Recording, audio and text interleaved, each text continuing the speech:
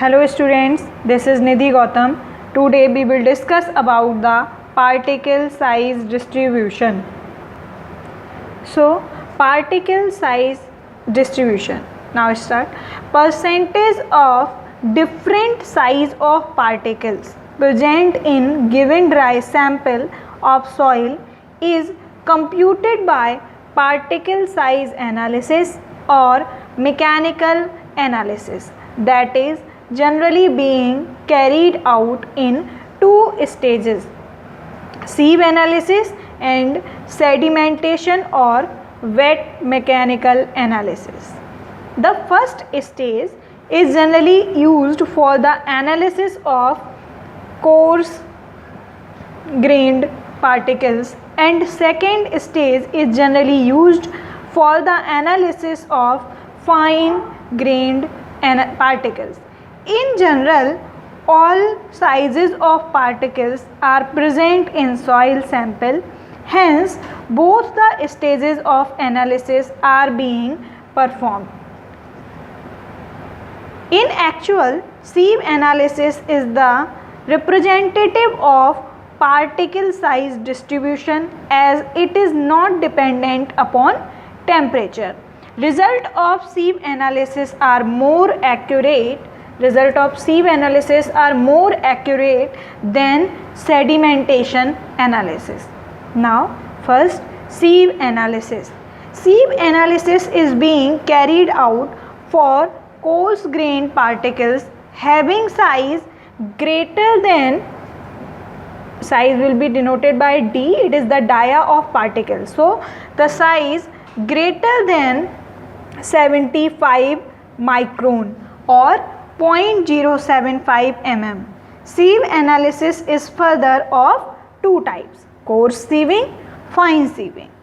In coarse sieving, it is generally for gravel, and the size of this type of particle will vary between 4.75 mm to 80 mm. And fine sieving, this is generally for sand, and the size of this type of particle will vary between 0.075 mm to 4.75 mm. There are two types for fine sieving. First is dry fine sieving and second is wet fine sieving. Generally, wet is done only when silt and clay are also present. Sieves are designed by the size of their aperture in mm as per IS 460 1962. In sieve analysis, different sieves are arranged one over each other in vertical plane, with the sieve having maximum size of aperture at the top and minimum size of aperture at the bottom. An oven dried sample of soil is placed over the topmost sieve and sieving is done for at least 10 minutes, either manually or in sieve shaker. Percentage weight of the particles retained over each sieve is noted after sieving to compute the percentage fine corresponding to each sieve size. So it will be percentage finer will be equal to 100 minus cumulative percentage retained.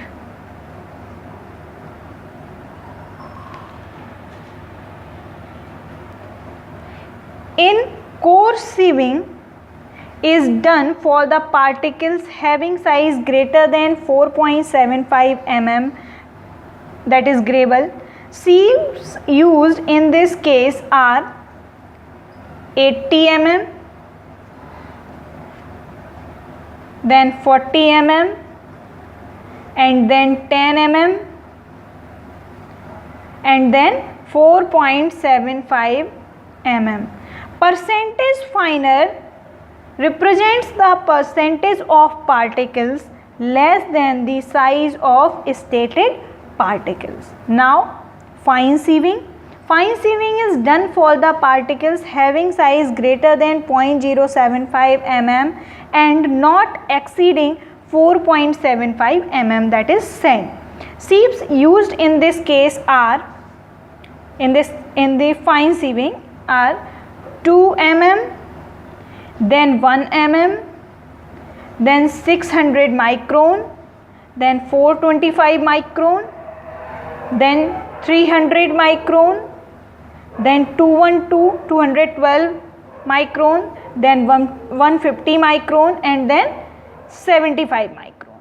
Soil fraction passing through 4.75 mm sieve is generally washed before sieving in order to dislodge or removed clay and silt particles present over the sand. So, 2 grams of sodium hexametaphosphate is added in 1 liter of water for washing.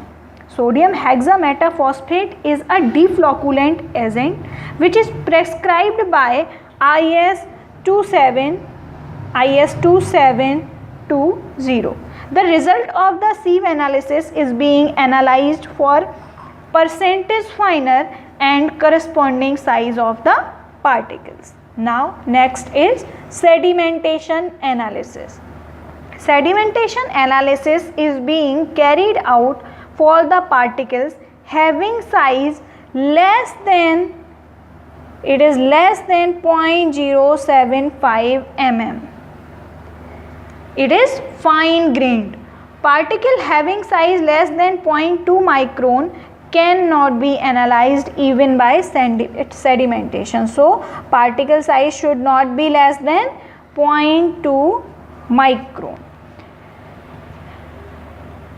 These particles whose size is less than 0.2 micron can be analyzed only by electron microscope or X-ray diffraction techniques. Sedimentation analysis is based upon Stokes law, that is Stokes law, according to which velocity of the particles during the settlement that is assumed to be spherical in an infinite medium, keeping all the other factors to be constant, is dependent upon shape, size and mass of the particles. So, the Stokes formula will be Vs is equal to G minus 1 gamma W d square upon 18 mu. Here Vs is the settling velocity, G is the specific gravity, gamma W is the unit weight of water, d is the size or dia of the particle, and mu is the viscosity. At 20 degrees centigrade, dynamic viscosity of water is 0.01 poise. Hence, in this condition, Vs will be equal to 0.9 d square meter per second. This is for 20 degrees centigrade, and at 27 degrees centigrade dynamic viscosity of water is 0.00855 poise. So, in this condition, Vs will be equal to 1.07 d square meter per second, that is for 20 degree centigrade. There are some limitations of Stokes law. First limitation, the particle undergoing settlement is assumed to be spherical, but in actual clay particles are flaky in nature. The particles is assumed to be discrete settling, but in actual particle aggregate during their settlement. Third is medium is assumed to be infinite, but in actual sedimentation jar has finite dimensions. Fourth limitation is Stokes law is valid for the particles having size range in between, that is 0.0002 mm to 0.2 mm. If the size of particle is greater than 0.2 mm, gravity acceleration set up throughout the settling and constant velocity is not achieved during sedimentation. If the size of the particle is less than 0.0002 mm, Brownian motion sets up that does not allow particle to settle down. So these are some limitations of the Stokes law. Now, sedimentation analysis can be carried out either using pipette method or hydrometer method. In both the method, preparation of soil suspension is being carried out in same way. Now, pipette method. In this method, we will use Stokes law again, and in the hydrometer method, there are some correction, that is meniscus correction, temperature correction and dispersing agent correction. Hydrometer is a device that is used to find the density of soil suspension. Now, the correction is most important. So, the meniscus correction, due to the presence of turbidity in soil suspension, it is opaque in nature, as the result of which meniscus is being read at its upper level instead of lower level. So, meniscus correction applied is positive. There are two things for learning, that is, it is due to the turbidity and it is positive in nature. Now, second is temperature correction. Calibration of hydrometer is done at 27 degrees centigrade. If the temperature during the test is greater than 27 degrees centigrade, temperature correction is positive. If the temperature is greater than 27 degrees centigrade, then it will be positive. And if the temperature during the test is less than 27 degrees centigrade, then the temperature correction applied to the hydrometer reading will be negative. Now, third is dispersing agent correction. It is generally denoted by CD. By the addition of dispersing agent in soil sample, its apparent density increase, which results in increased value of observed reading. Hence, dispersing agent correction applied is negative. So, it is basically due to the dispersing agent, and it is also in negative. Now, there are some important points for learning. First is shape factor. For the coarse grained soil, certain size of particle like D10, D30 and D60 assumes higher significance than other size of particles, as they help in analyzing the characteristics of particle size distribution curve in terms of the parameter termed as shape factor. Now, D10 size of particle in mm such that 10% of particles are finer than this size. Now, third one is coefficient of uniformity. This is denoted by Cu. Coefficient of uniformity represents the particle size range of the particle size distribution curve. It is defined as the ratio of D60 size of particle to the D10 size of the particle. So, Cu will be equal to D60 upon D10. Now, for uniformly graded soils, coefficient of uniformity is approximately equal to 1. For well graded sand, Cu for well graded sand, Cu will be more than 6, and for well graded gravel, Cu will be greater than 4. This is for sand and this is for gravel. Now next one is coefficient of curvature. It is denoted by Cc. Coefficient of curvature represents the shape of particle size distribution curve. It is defined as the ratio of square of d30 size of particles to the product of d10 size of particles and d60 size of particle. For well graded soil, coefficient of curvature is in the range of 1 to 3. If coefficient of curvature is less than 1 or greater than 3, soil is gap graded.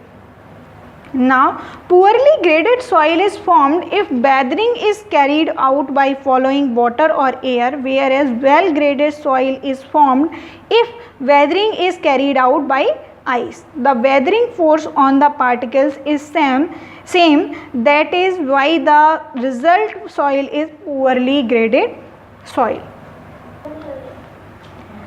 Now next topic is consistency of soil.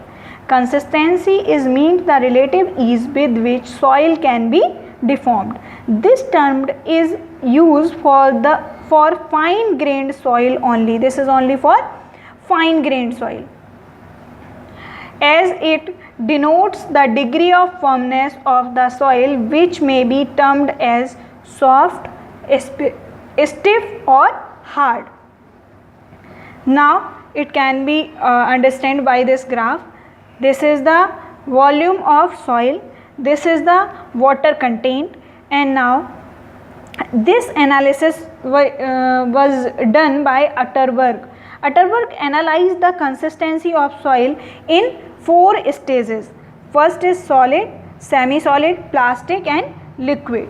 Consistency of the soil is related to its water content, and the water content at which soil passes from one stage of consistency to another is termed as consistency limit, which are as follows. Limits are liquid limit, plastic limit and shrinkage limit. Now first is liquid limit. It is denoted by WL. It is defined as the minimum water content at which soil is in liquid state of consistency, or it may also be defined as a minimum water content at which the soil has tendency to flow. All the soils at liquid limit passes same negligible shear strength of 2.7 kN per meter square that can be just measured. Now the second is plastic limit. Plastic limit, it is defined as minimum water content in which soil is in plastic stage of consistency. At plastic limit, soil passes from semi-solid stage of consistency to plastic stage of consistency or vice versa. From the point of view of determination of plastic limit, it may be defined as minimum water content at which soil begins to crumble when rolled into the thread of 3 mm diameter. Now the third one is shrinkage limit. It is defined as maximum water content below which any reduction in water content does not lead to the decrease in volume of the soil as water is being replaced by air. If water content is reduced below shrinkage limit, it may also be defined as the minimum water content at which soil is still completely saturated. At shrinkage limit, soil passes from solid stage of consistency to semi-solid stage of consistency and vice versa. Now, next topic is consistency indices. First is plastic index. Now, It is the range of consistency in which soil exhibits plastic properties or behaves like a plastic material. It is defined as the numerical difference of liquid limit and plastic limit of the soil. So this is the formula for plastic index. Now next one is consistency index. Consistency index is defined as the ratio of difference at the liquid limit of the soil and its natural water content to its plasticity index. Now third one is liquidity index. It is defined as the ratio of difference of natural water content of the soil and its plastic limit to its plasticity index. Now next one is toughness index. Toughness index is defined as the ratio of plasticity index of the soil to its flow index. Toughness index represents the strength of the soil at its plastic limit, and the formula for flow index is W1 minus W2 upon log base 10 N2 upon N1. It will be defined by the